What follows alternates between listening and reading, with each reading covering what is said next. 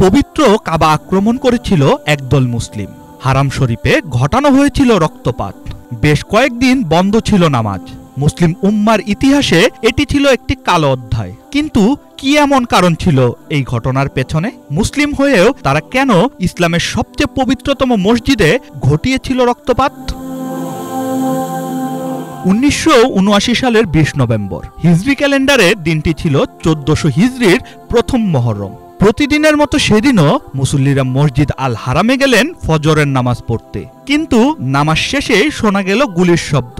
মুসল্লিরা হতবাক হয়ে বসে রইলেন মসজিদে। এমন সময় একজন উঠে দাঁড়ান আর ইমামের হাত থেকে মাইক্রোফোন কেড়ে নিয়ে কথা শুরু করেন। লোকটির নাম ছিল জুহাইমান আল অতাইবি।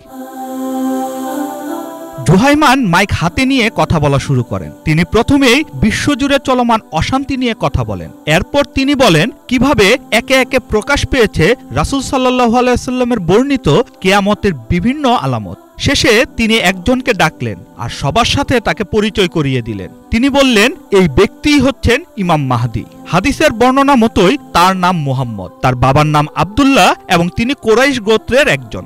উপস্থিত সবাইকে জুহাইমিন আদেশ দিলেন যেন তারা ইমাম মাহদীর কাছে বায়াত হয়। তার এসব কথা শুনে হতবম্বের মতো বসে রইলেন উপস্থিত মুসল্লিরা। এদিকে জুহাইমানের সাথে ছিল বহু লোক। তারা বিভিন্ন স্বয়ংক্রিয় ও আধা স্বয়ংক্রিয় অস্ত্র নিয়ে কাবার প্রহরীদের হত্যা করে ফেলল। যেই এই ঘটনার প্রতিবাদ করছিল তাকেই করা হচ্ছিল গুলি। এমনকি মসজিদে হারামের মিনারগুলোতে বসানো হলো স্নাইপার। ফলে বাইরে থেকে আইন শৃঙ্খলা বাহিনী কাছাকাছি আসার চেষ্টা করলে তাদেরও মেরে ফেলা হচ্ছিল। জুহাইমান সেই কথিত ইমাম মাহদীকে মাকামে ইব্রাহিম ও হাজর আল আসওয়াদের মাঝে দাঁড় করালেন। কারণ হাদিসের বর্ণনা অনুযায়ী ইমাম মাহদীর কাছে বায়াত দেওয়া হবে হাজর আল আসওয়াদ ও মাকামে ইব্রাহিমের মাঝে। অর্থাৎ ইমাম মাহদী সংক্রান্ত রাসূল সাল্লাল্লাহু আলাইহি ওয়াসাল্লামের হাদিসগুলো নিয়ে তারা যেন একটা নাটক মঞ্চস্থ করছিল। সৌদি সরকার কখনো ভাবতেই পারেনি যে এমন কোনো ঘটনা ঘটতে পারে। ঘটনার গভীরতা বুঝতে বুঝতে কেটে যায় বেশ কিছুদিন। এছাড়া সরকার ভাবছিল যে মসজিদ আল হারামে কোনো প্রকার যুদ্ধ বা রক্তপাত নিষিদ্ধ।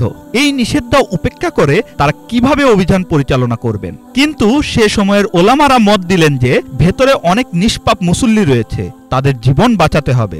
আর তাছাড়া রক্তপাত তারা শুরু করেছে, তাই সরকারকে তাদের হাত থেকে হারামকে রক্ষা করতে হবে এবং এই ক্ষেত্রে অভিযান পরিচালনা করা যেতে পারে। পরে সরকার সেনাবাহিনীর সহায়তায় কাবার ভেতর প্রবেশ করতে চায়। সেনাবাহিনী ট্যাঙ্ক সহ ভারী যুদ্ধযান নিয়ে মসজিদ আল হারামের ভেতর প্রবেশ করে। কিন্তু জুহাইমানের এক সহযোগী ট্যাঙ্কের ভেতর গ্রেনেড নিক্ষেপ করে তাদের আটকে দেয়। এই ঘটনা দেখিয়ে তারা সবাইকে বলে যে দেখো, আল্লাহ আমাদের পক্ষে আছেন। এভাবে কেটে যায় প্রায় 2 সপ্তাহ। মুসল্লিরা না খেয়েছিলেন এই পুরোটা সময়। পরে সৌদি সরকার ফ্রান্সের সেনাবাহিনীর সাহায্য নেয়। তারা সৌদি বাহিনীকে প্রশিক্ষণ ও আধুনিক সরঞ্জাম দিয়ে সহায়তা করে। এরপর ভারী যুদ্ধযান, প্যারাট্রুপার ও কমান্ডো বাহিনী নিয়ে অভিযান শুরু করে সৌদি সেনাবাহিনী। পবিত্র মসজিদের ভেতর রীতিমতো শুরু হয় ছোটখাটো একটা যুদ্ধ। বিদ্রোহীদের অনেকেই নিহত হয় এই অভিযানে। এমনকি কথিত ইমাম মাহদীও নিহত হয় সৌদি সেনার হাতে। তবে জুহাইমিনকে তার 70 জন সঙ্গী সহ জীবিত আটক করা হয়। পরে তার স্বীকারোক্তি নেয় সৌদি আইনশৃঙ্খলা বাহিনী। যদিও সেই স্বীকারোক্তির অনেক কিছুই জনসম্মুখে প্রকাশ করা হয়নি। তবে এতটুকু জানা যায় যে তারা বেশ অনেকদিন ধরেই এই পুরো ঘটনার পরিকল্পনা করেছিলেন। তাদের সাথে সৌদি নাগরিক বাদেও পাকিস্তান, মিশর আরো বেশ কিছু দেশের নাগরিক ছিলেন।